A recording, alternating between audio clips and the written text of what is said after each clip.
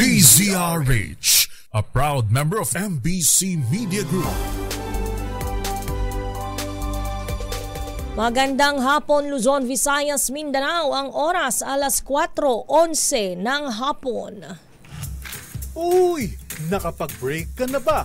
Nakapag-relax ka na ba? Saan ka man nagtatrabaho, mapa-opisina man o work from home o mula mismo sa pwesto, sasabayan namin ang break time mo. Sasabayan namin ng mga balita at komentaryo, mga panayam ng mga taong viral ngayon. DZRH Break Time!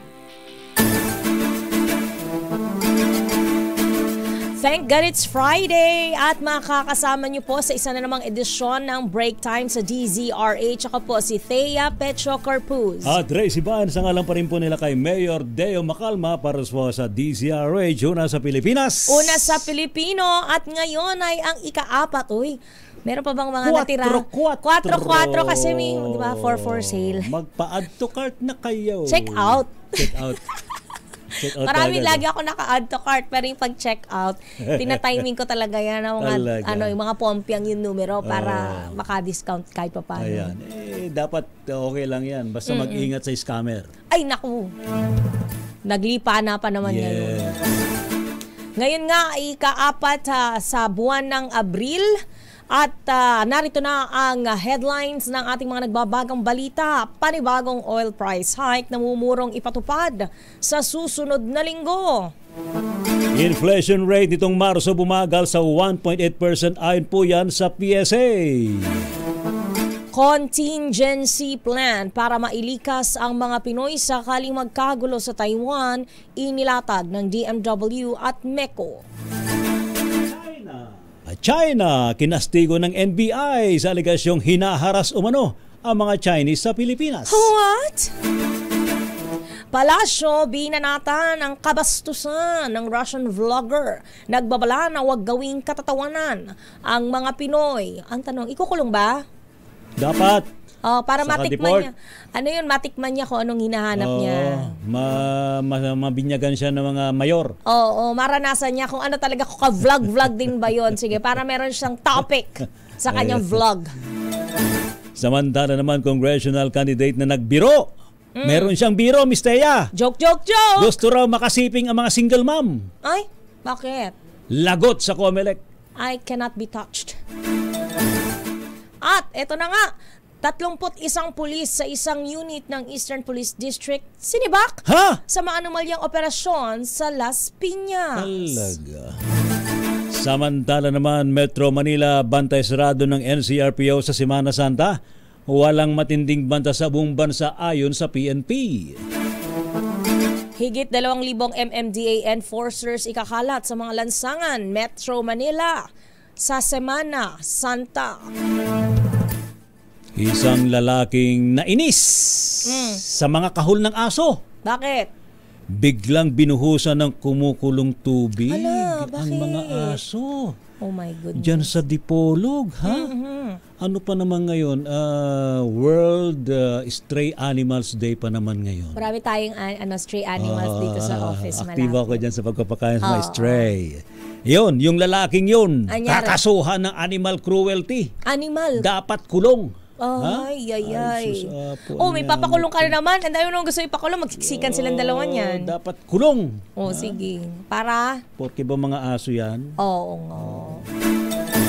At yan ang mga headlines. Narito na ang detalye ng ating mga balita. Abiso po sa lahat ng mga motorista. Hindi po maganda ang ating madaratnan. Expected na malapit ng Semana Santa. Ay, pag ganun ba? Diba? Normal, ganun naman ginagawa ng oil companies para kumita sila ng malaki. Ba't nag-rollback last time tapos? Tapos ngayon babawi. Patikim-tiking lang. Okay. Abiso nga po sa mga motorista, ihanda na po ang inyong mga bulsa dahil nakaamba na naman ang taas presyo ng mga produktong petrolyo sa susunod na linggo. Sa pagtaya ng Oil Industry Management Bureau ng Department of Energy, 30 sentimo hanggang 70 sentimo ang dagdag sa kada litro ng ng gasolina, 20 sentimos hanggang 60 sentimo naman sa kada litro ng diesel.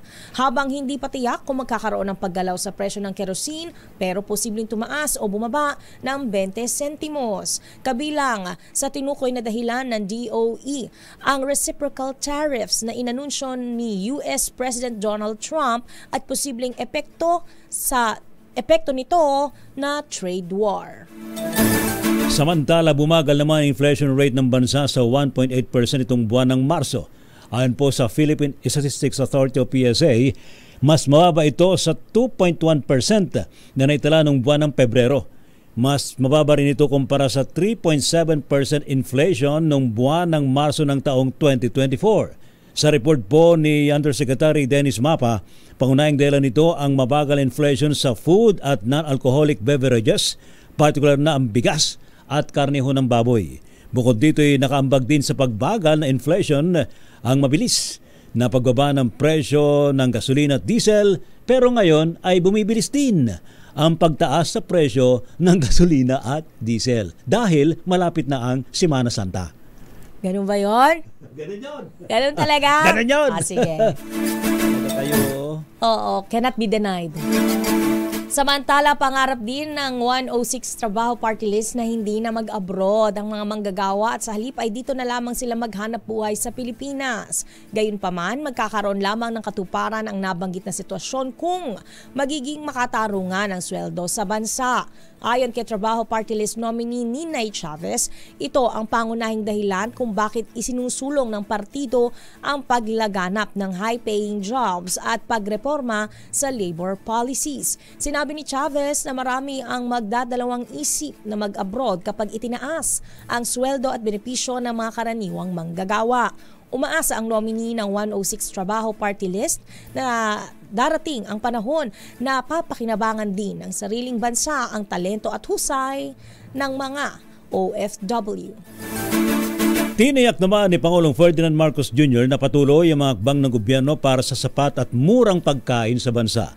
Sinabi ito ng Pangulo sa kick-off celebration ng Filipino Food Month sa Lucena, Quezon Province. Sa kanyang talumpati, nilista ng Pangulo ang mga programang inilunsad ng administrasyon kabilang po ang Kadiwa Centers, 29 pesos na rice program at Rice for All program para mapababa ang presyo at mapataas ang produksyon ng pagkain.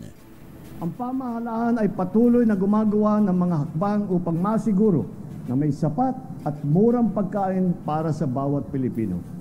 Bilang tugon, inilunsad natin ang iba't ibang programa upang mapababa ang presyo ng pagkain at maparami ang produksyon nito. Iyan po mga kaibigan ang talumpati mismo ni Pangulong Ferdinand Marcos Jr. Samantala, nakahanda na ang contingency plan ng Department of Migrant Workers or DMW at Manila Economic and Cultural Office o MECO sakaling magkaroon ng emergency situation sa Taiwan.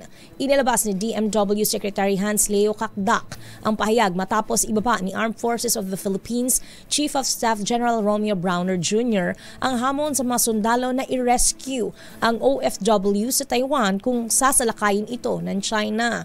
Tinatayang 260,000 na Pinoy umano ang posibleng maipit sa gulo kaya pinaghahanda na ni Browner ang Northern Luzon Command. Tiniyak ng DMW na patuloy na minomonitor ng Migrant Workers Office at MECO ang sitwasyon sa lugar matapos ang pinakahuling military drills ng People's Liberation Army Navy sa paligid ng Taiwan. Sabi ni Kakdak, nakikipag-ugnayan si MECO Chairperson Cheloy Garafiel sa mga otoridad kaya walang dapat na ikabahala ang pamilya ng mga OFW. Samantala, iginit po ni Manila Economic and Cultural Office o MECO Chairperson Cheloy Garafiel na normal ang sitwasyon sa Taiwan at walang dapat ipangambang publiko sa kabila po ng napaulat na military exercises ng China sa paligid mismo ng Taiwan. Tinagdin po ni Garafiel na may contingency plan ng MECO at ang Migrant Workers Office na handang paganahin sa panahon ng emergency. Maigpit din niyang kanilang koordinasyon sa mga otoridad para sa iba pang security concerns, ngunit binigyan diin na nasa maayos at ligtas sa kalagayan naman ang mga Pilipino sa Taiwan. Ginawa ng MECO kasunod po ng paalala ni Armed Forces of the Philippines Chief of Staff General Romeo Browner Jr. sa Northern Luzon Command na maging handa sakaling kailanganin ng tulong ng mga Pinoy dyan sa Taiwan. Samantala, binanatan ni National Bureau of Investigation o NBI Director Jaime Santiago ang pahayag ng China na unstable ang public security situation sa Pilipinas at hinaharas dito ang kanilang mga mamamayan. Sa press conference, idiniin ni Santiago na walang sinisino ang Bureau at aarestohin nila ang mga lalabag sa batas anuman ang nasyonalidad. Ayon sa direktor, nagkataon lang na karamihan sa mga naaresto ay Chinese nationals na sangkot sa Philippine Offshore Gaming Operations o POGO. Kasabay nito humingi ng pag-unawa si Santiago sa Embahada ng China na intindihing wala silang pinipili sa mga lumalabag ng batas. Narito ang pahayag ni Santiago. Isip nila ay tinatarget natin sila. No? Pero ito, aresto ng British National Disciplinary Truism na wala kaming sinisino. No? Basta't nagbabiolate ng batas natin kahit sino pa siya. Samantala naman, mayroon pong report si Edniel Parosa kaugnay po nitong maanumalyang operasyon sa Las Piñas. Buong unit daw ho ng Eastern PD. Hala. 31 na mga pulis. Ang sinibak matapos nga po ang sinasabing maanumalyang operasyon. Ano ba yung maanumalyang operasyon na yan? Pagsilbi yata rin na arrest warrant sa isang Chinese sa Nako, Las Piñas. Chinese na naman. Oo. Ating alamin sa report ni RH52 Edniel Parosa. Edniel. Ray at Amistea, sibak kabuong Special Operations Unit o DSOU ng Eastern Police District matapos ang maanumalyang operasyon laban sa isang pamilya ng Chinese national sa isang exclusive subdivision sa lungsod ng Las Piñas. Sa panayam ng reporter sa Campo Crame, sinabi ni NCRPO Chief Police Major General Anthony Apirin na 31 tauhan ng EPD DSOU ang kabuang nirelieve.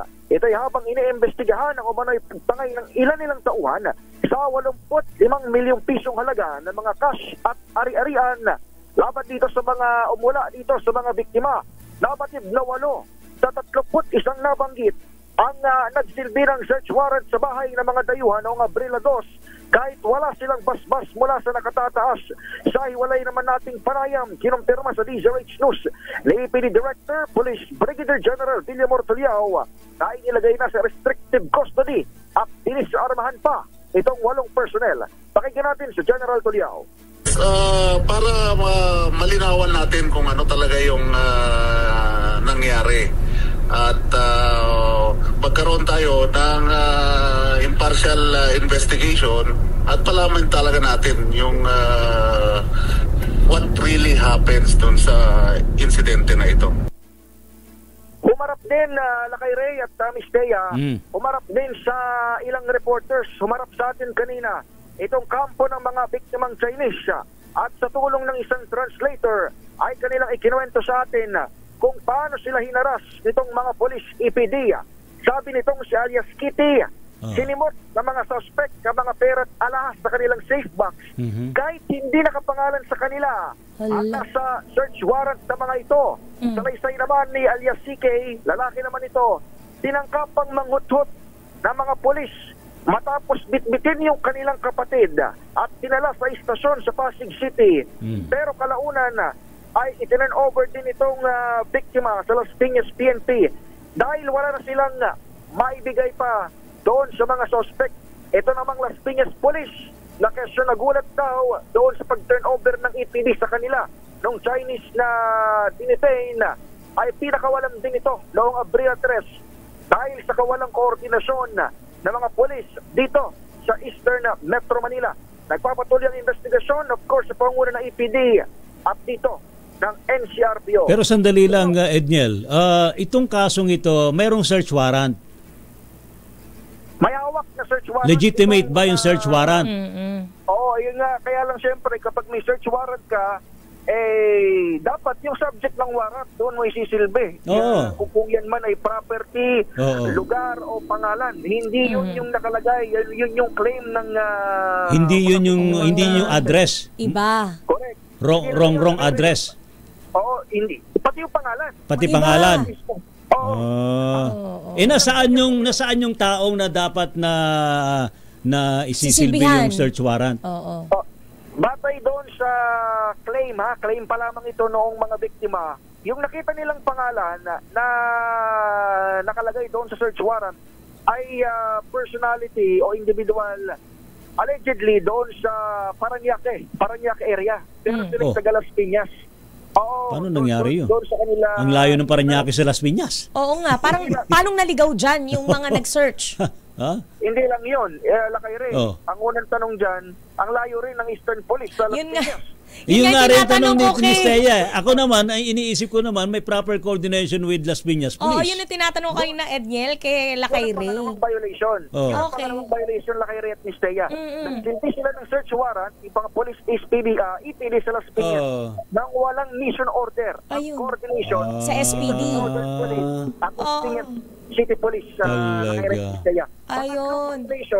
Pangatlong violation ng mga ito, ang binabanggit kanina ni General Tuliao sa ating panayam, wala silang body-worn cameras. Naku! Doon sa kanilang operasyon. Kahina-hinalang ang may problema. Ito ang body cameras na ito, Ray at Abuso na yan. First line of defense sila. Correct. Naliitin ang operasyon pero wala silang maipakitang kopya ng recording kaugnay noong operasyon. Kaya ngayon ang lumilitaw habang iniimbestigahan of course ng Philippine National Police itong insidente headed by NCRPO, lumilitaw ngayong narrative ay yung claim ng mga Chinese victim na humarap sa atin kanina sa media at sinasabi na 85 million pesos worth of cash including mga alas kagaya na lamang ng Rolex at iba pang may necklace pa rito ang nasa doon sa kanilang kinuha. Naku, 85 million pesos worth ang nawawala sa kanila Pero ngayon. sandali, ano bang kabuhayan nitong mga nabiktima na to? Oo. Mga negosyante ba sila? Importer ba sila? Legit din sila. Hindi na rin natin na Legitimate ba silang negosyante sa Pilipinas? Hindi na rin natin Lakay Ray na usisa pero Mantakin mo yun, 85 million pesos worth ng mga alahas? Pera at Pera? alahas at kagamitan. yun na nga, considering doon sa nakuha sa kanila, talagang big time din itong mga ito. Ano to, mga purong Chinese? Oo, at saka, ito naman ongoing pa investigasyon pero by the looks of it, talagang natarget sila ng mga pulis dahil paano nga naman nalaman ng big time itong mga ito. At yun nga, tinangka pa matapos mga makakuha doon. Kaya tuloy tayo na pagdidiskata ng China, hinaharas doon yung kanilang mga kababayan dito ito nga, ang tinitignan ko rito yung kopya ko ng listahan, Bulgari necklace, 3 Rolex. Talaga. Dapat yan na mapatunayan yan na talagang hindi dumaan sa smuggling yan. Di ba? Kung legitimate silang negosyante, okay lang. Hahabulin sila ng customs. Pwede din ba silang maimbestigahan? Dapat investigahan din sila. Ibang kwento pa yan. Pero laki rin doon sa panayam kay General Abirin, ang kanyang binabanggit doon sa record na NCRPO, 12 million lamang yung nakuha doon sa mga biktima. Yung din ang binabanggit dito sa kanilang initial na investigasyon. At kanina, ito nga, may mga ipinapakita yung larawan, mukhang nakuha na naman ng authorities itong bahagi ng mga cash na nakuha doon allegedly sa mga suspect. Pero dapat umusad ang tamang batas. Doon sa pinaka nakuha dyan. Tatanungin ko lang sana, Edniel, kasi meron ka mga pinadali ritong materials na may maleta. Doon ba nakalagay yung mga nasamsam na alahas at pera? Yung Rolex, saka Bulgari, saka Yun ang ginamit nila. Ang sinasabi ng mga Chinese. Actually, nagtugma nga dahil doon sa kwento ng Chinese through their translator, gumamit ng luggages. Tapos, eto na nga, doon sa mga larawan na pinadala ng NCRPO sa reporters ng PNP Press dito sa Camp Crame, nagtutugma na may mga luggages nakita doon sa personnel na yan. So bulto-bultong pera ito, no? Bulto-bulto itong mga pera na ito. Oo, yan. Yan mga yan. Yung 31 na sinibak, sila ay floating status. Buong DSOU o District Special Operations Unit. Pero 8 lang sa mga yon yung pinaka nag-operate. So nadamay lang iba. Para habang umusad ang investigasyon. Yes, investigation. Yung unang nag-operate, hindi lamang sila nilagay sa floating status, sila rin ay isinailalim sa restrictive custody. Kulong. Doon muna sila sa bakuran ng IPD. Bakuran muna, doon lang sila. Samahan na rin. Tinanggalan ng service. Bawal lumabas. Itong si General Tuliao ng Eastern Police. Share ng latest, wala rito sa Metro East. At sabihan itong kaso ito, panibago na namang yurak sa pangalan ng ating kapulisan, lalo na ito sa National Capital Region. Ito sa Edniel Porrosa, nag-uulat para sa DZRH. Una sa Pilipinas, una sa Pilipino. Nangihinayan ko pag ganyan. Nadamay lang pala yung na naman iba. ang mga pulis natin. Hindi lang dyan, kundi sa buong kapulisan na naman. So walo lang yung sutil. Kaya tuloy nang gigigil ang China naman sa atin. Hindi lang. Sabi, hinaharas yung mga kababayan dito. May mga dahilan din naman at talagang merong mga legitimate naman pero talaga ng mga pagkaka-aresto. Matanda ang laki-laki ng pera. O, di ba? Pwede naman din balikan. Ibang anggulo ulit siya na pwede din nating tignan. Pero yung paano sila natiktikan at bakit sila na-target ng 8 mga EPD police. Correct. Diba? Kailangan din nating alamin. Diba? Ang legitimacy ng kanilang ginawa. Sige, commercial na tayo, Miss Thea. Mauubusan ako lalo ng boses sa inyo. Ito talaga 32 minutos makalipas ang alas 4 ng hapon. Babalikan pa natin iba pang detalye ng ating mga nagbabagang balita. Tumutok lamang po kayo sa break time sa DZRH. Ako po si Thea Pecho Corpus. At Ray Sibayan. Sa ngalan pa rin po nila kay Deo Macalma. Standby na muna sa ating mga reports. Sa ating pa rin mga balita, Miss Thea, formal nang napagbigay alam sa Department of Foreign Affairs o DFA ang mga aligasyong ipinapataw sa 3 Pilipino na kasalukuyan nakadetine sa China matapos hinihinalang sila ay mga espiya.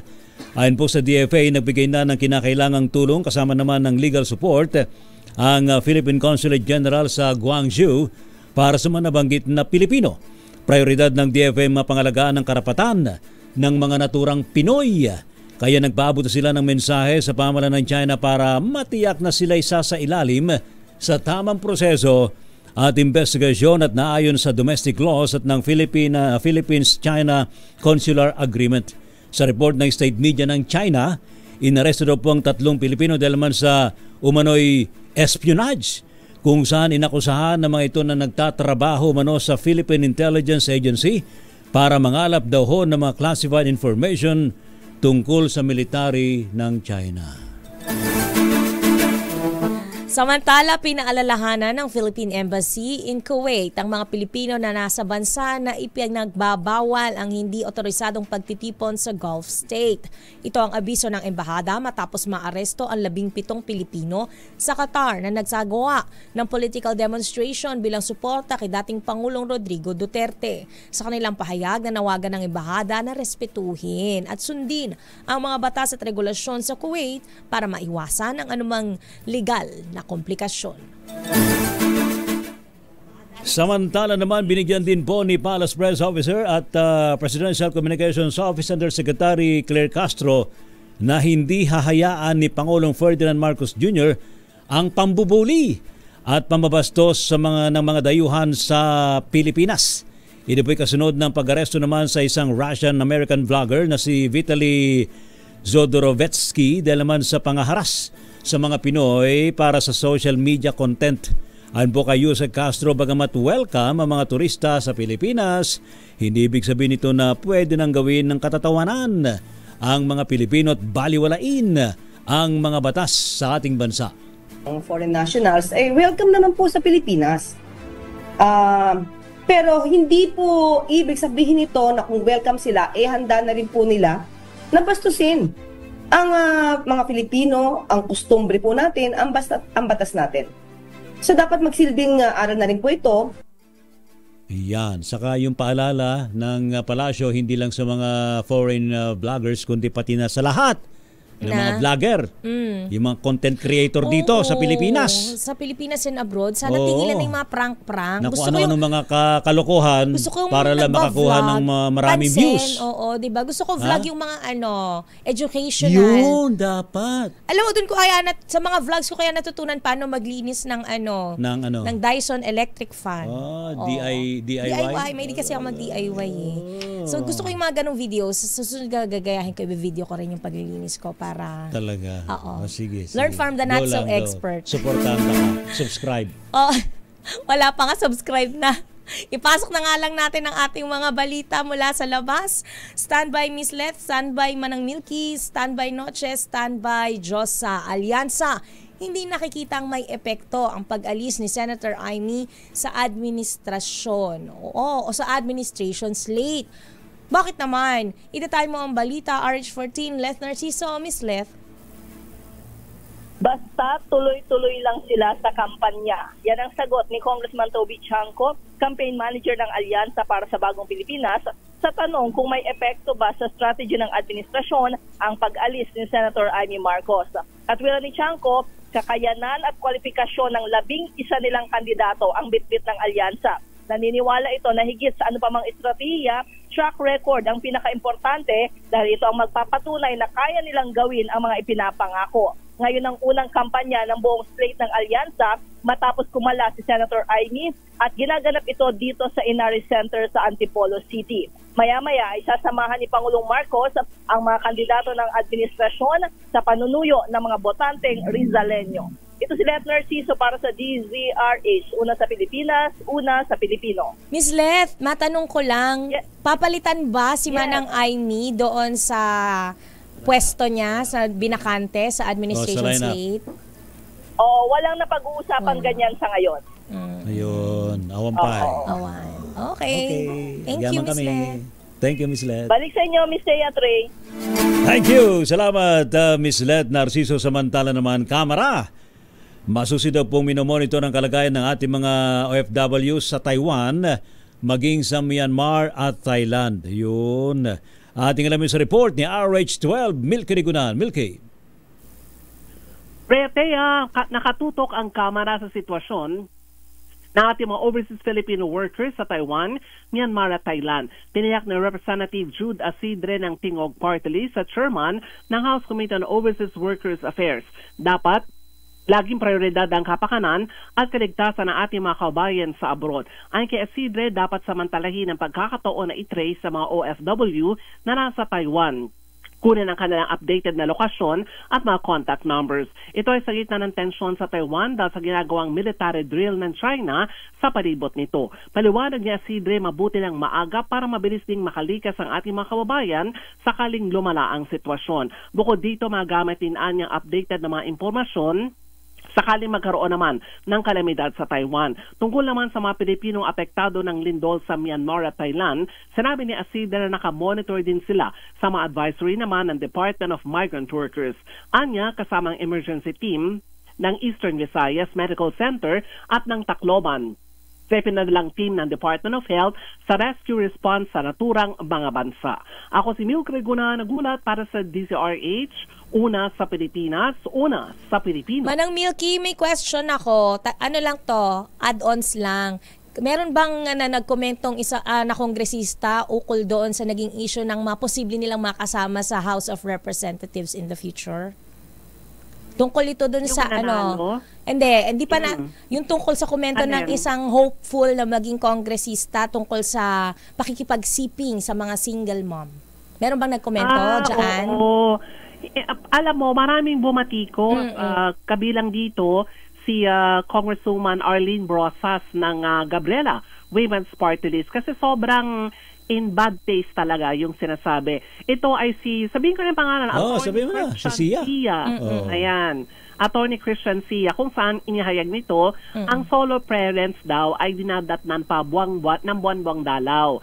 At nalulungkot, maaring sumiping sa kanya, magpalista daw lamang. So, hindi tinake as a joke ni Congressman Brosas? Hindi oo. At the same time, Thea, bilang kababaihan, hindi talaga joke ito. Diba? Naginiwala rin ang mababatas na ito isang matinding offense sa mga kababaihan at dapat tignan ng Commission on Election. Magagalit Gabriela niyan. Oo.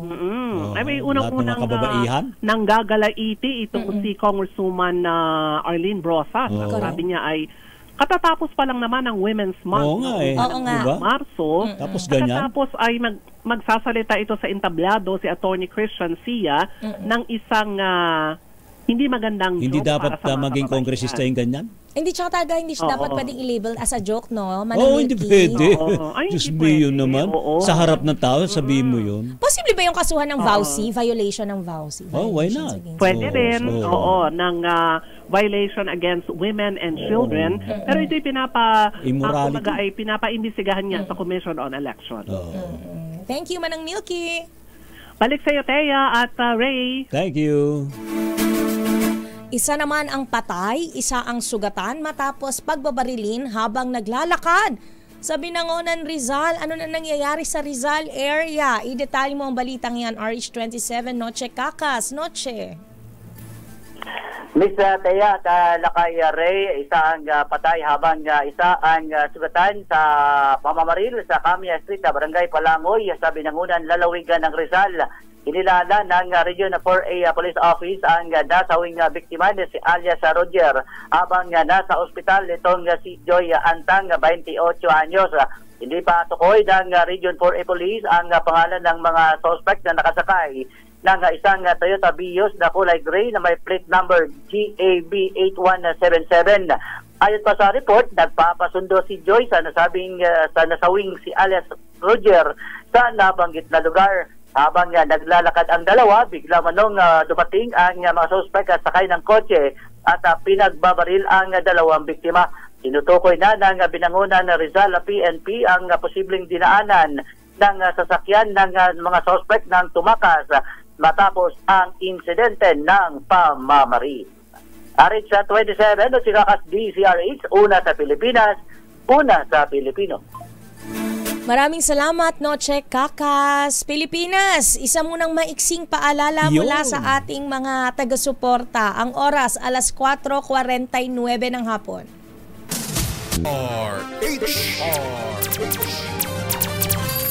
RH Break Time. Alas 4:52. Lagot sa Commission on Elections o COMELEC ang isang congressional candidate sa Pasig na umano'y inalok ang sarili na makasiping ang mga single mom. Bunsod nito, pinagpaliwanag ng COMELEC Anti-Discrimination Panel si Pasig City Congressional Candidate Christian Ian Sia matapos ang malaswang biro sa mga single mother. Ayon kay COMELEC Chairman George Garcia, inisyuhan na ng show cause order ng Task Force SAFE si Sia. May 3 araw ang kandidato para magpaliwanag kung bakit hindi ito dapat kasuhan ng reklamong election offense o petition for disqualification. Nag-viral at pinutakti ng pagkondena sa social media ang pag-alok ng kandidato ng kanyang sarili para makasiping ang mga single mom, partikular ang mga dinadatnan pa ng buwanang dalaw. Nagpaalala ho ang Department of Social Welfare and Development sa mga lokal na kandidato sa eleksyon na itaas daw pong antas ng diskurso sa panahon ng kanilang kampanya. Ginawa ni Secretary Rex Gatchalian ng pahayag kasunod po ng viral video ni Attorney Christian Ian Sia na nagbiro tungkol sa mga single mom. Ayon po kay Secretary Gatchalian, hindi dapat ginagawang tampulan ng katatawanan ang mga nasa marginalized sector tulad naman ng single parents.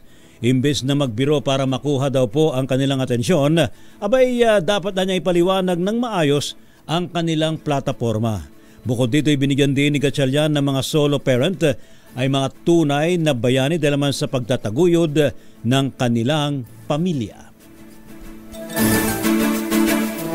Samantala, nag-sorry na si Pasig City Congressional Candidate Ian Sia sa kanyang malaswang biro tungkol sa mga single mom. Pero dapat umanong sisihin ng tao ang nag-upload ng nasabing video. Kaya hindi sa kanya dapat magalit ang mga tao. Sa'yo galing yung mga sa sinabi, di ba? Di ko alam. Sino bang dapat Sino ba nagsabi? Isisisi dun sa nag-upload. Yung nag-video? Yung nag-video. Yung nag-video ba ang nagsalita? Yun nga eh. Okay. Ayon, kay Sia, hindi naka-upload ang buong video at hindi pinakita ang reaksyon ng mga tao na natuwa naman matapos ang kanyang joke. Layunin lang umano ng kandidato na makuha ang atensyon ng audience. Gayunpaman, humihingi siya ng taos-pusong dispensa dahil alam niyang siya ay nakasakit. Pagka naghihingi ng dispensa... Ikaw ba, Miss Thea, kapag narinig mo yung ganyan, iboboto mo pa ba? Well, regardless, ayoko na nakakarinig ako ng ganyan. Kaya eleksyon, wag mong inaalok sa akin ng katawan mo. Oo, di ba? Hindi ko kailangan. Violation yun. Oo, di ba? Hindi ko kailangan. Close ba tayo para mag-joke ka sa akin ng ganyan? Kahit ka-close ko, hindi ako gino-joke ng ganyan. Mawawala ang ganda-ganda. Mawawala ang boses ko pero hindi ang pagtataray ko. Wag mo akong gagamitan ng mga ganyang salita. Ha? Ayoko nang inaalok-alok mo yung katawan mo. Yan na. Hindi yan magandang biro, hindi yan biro. Yan na. Oo. Kahit nagsorry na siya. Ang katangi-tanging, isa sa mga natututunan ko sa pakikipagdiskurso ko kay Attorney Cam. Provocation is not a joke. Diba? Good point. Tama yan. Provocation is not a joke. Of course, ayoko nang gusto ko pang marami pa akong gusto sabihin. Pero baka imbis na siya magpaliwanag, ako na ang magpaliwanag. Diba? So let's just leave it at that. Pwede yung pag-usapan niyo na Attorney Cam, teka Attorney Cam, ang dami kong gusto i-discussion sa'yo. Onti na lang yung boses ko, pero marami akong topic na gusto pag-usapan. Baka yun na yung topic mamaya. Anong oras yung kina-Attorney Cam? Si Attorney Cam, guest lang naman ako dun. Pero si Attorney Cam, 6:30 to 7:30. Yeah, pwede pag-usapan yan. Marami tayong pag-uusapan, Attorney Cam. Magharap tayo. Kami pa lang yung mag-uusapan. Imbitahan niyo sa attorney si Sia. Oo nga, lawyer sa lawyer. Tapos ako diba? Yung ako. Kung lawyer, tas lawyer, ako? Resource person. Sige na nga. Ako yung mom. Samantala, wala nakikitang banta ang Philippine National Police sa panahon ng bakasyon ngayong summer. Ayon po kay PNP Public Information Chief Colonel Randolph Tuanyo, nakatutok daw po ang mga pulis sa mga insidente ng pagkalunod. Umabutan niya sa may 90 po ang naitalang drowning incident noong summer ng nakalipas na taon.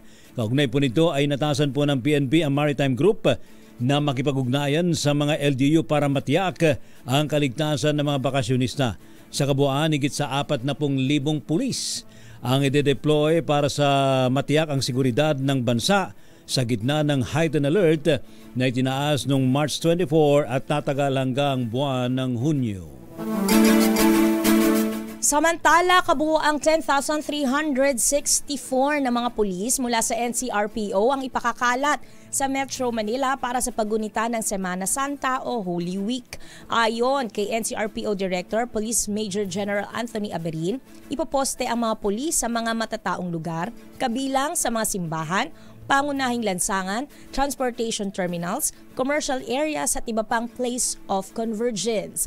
Palalakasin rin anya ng NCRPO ang pagbabantay sa mga border control at law enforcement checkpoint para sa inaasahang pagdagsa ng mga uuwi sa probinsya. Samantala namang papayagan ng provincial bus sa dumaan sa EDSA simula Abril 9 kaugnay ng inaasang dagsa ng mga pasahero sa Holy Week. Ayon po kay MMDA Chairman Roman Duartes, maring dumaan daw po sa EDSA ang mga bus, provincial bus simula alas 10 ng gabi hanggang alas 5 ng umaga simula sa nabanggit na petsa April 9 habang 24 hours daw po na sila'y papayagan na makadaan sa EDSA simula April 16 hanggang April 20. Subalit binigyan din po ni Chairman Artes na mga bus na magmumula sa norte ay hanggang sa Cubao lang ang biyahe at ang mula naman sa timog o south ay hanggang sa Pasay area lamang.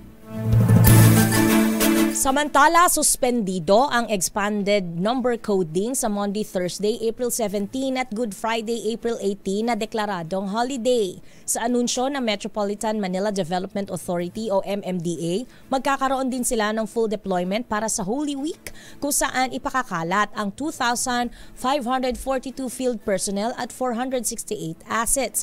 Mahigpit din ipatutupad ang no day off, no absent policy para magbantay sa mga kalsada, visita iglesia sites at bukas 24 na oras sa 7 araw ang Communications and Command Center ng ahensya sa head office nito sa Pasig.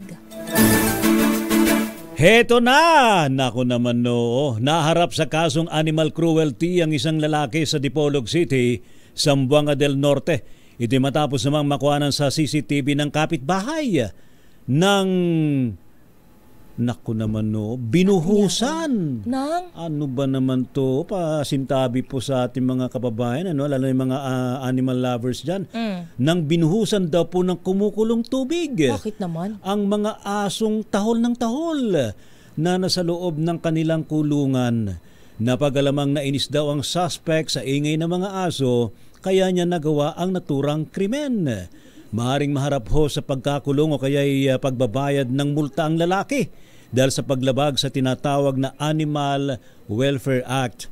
Agad na dinala sa veterinaryo mga aso na napaso. Ano ba naman nyo to? Talaga naman oo.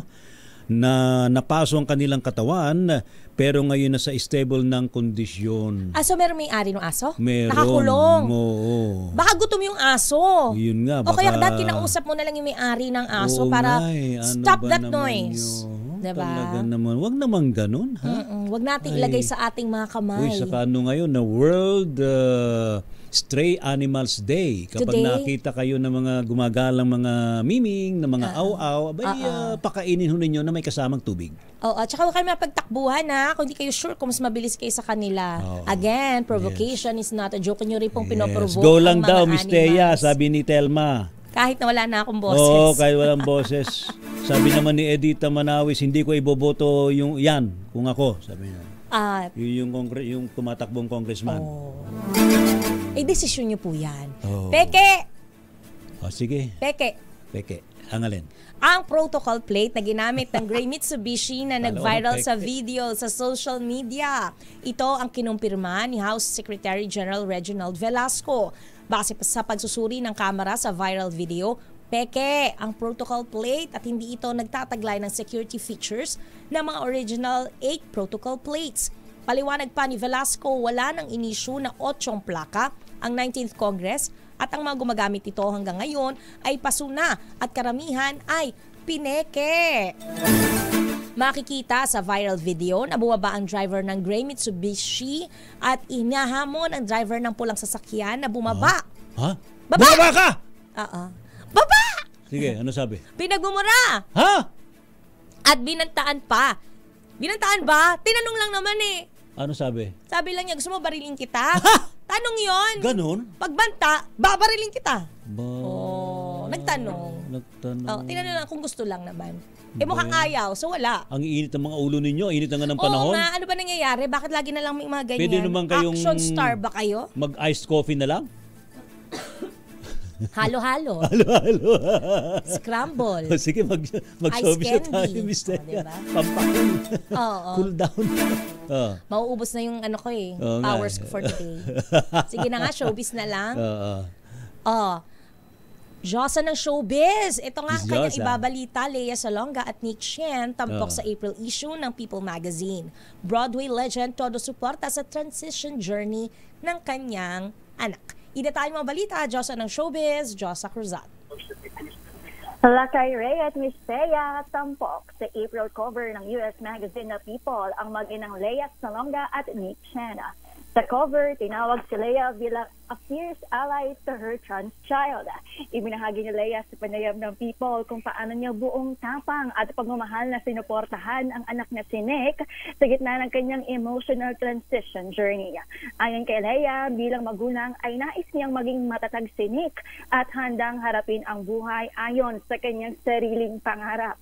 Sa naturang interview, inamin naman ni Nick na hindi naging madali ang proseso at bagamat emosyonal ang kanyang journey ay nagpapasalamat siya sa walang sawang suporta ng kanyang mga magulang. Ayon sa article na diskubre ni Nick na siya ay transmasculine noong siya ay 14 years old pa lamang.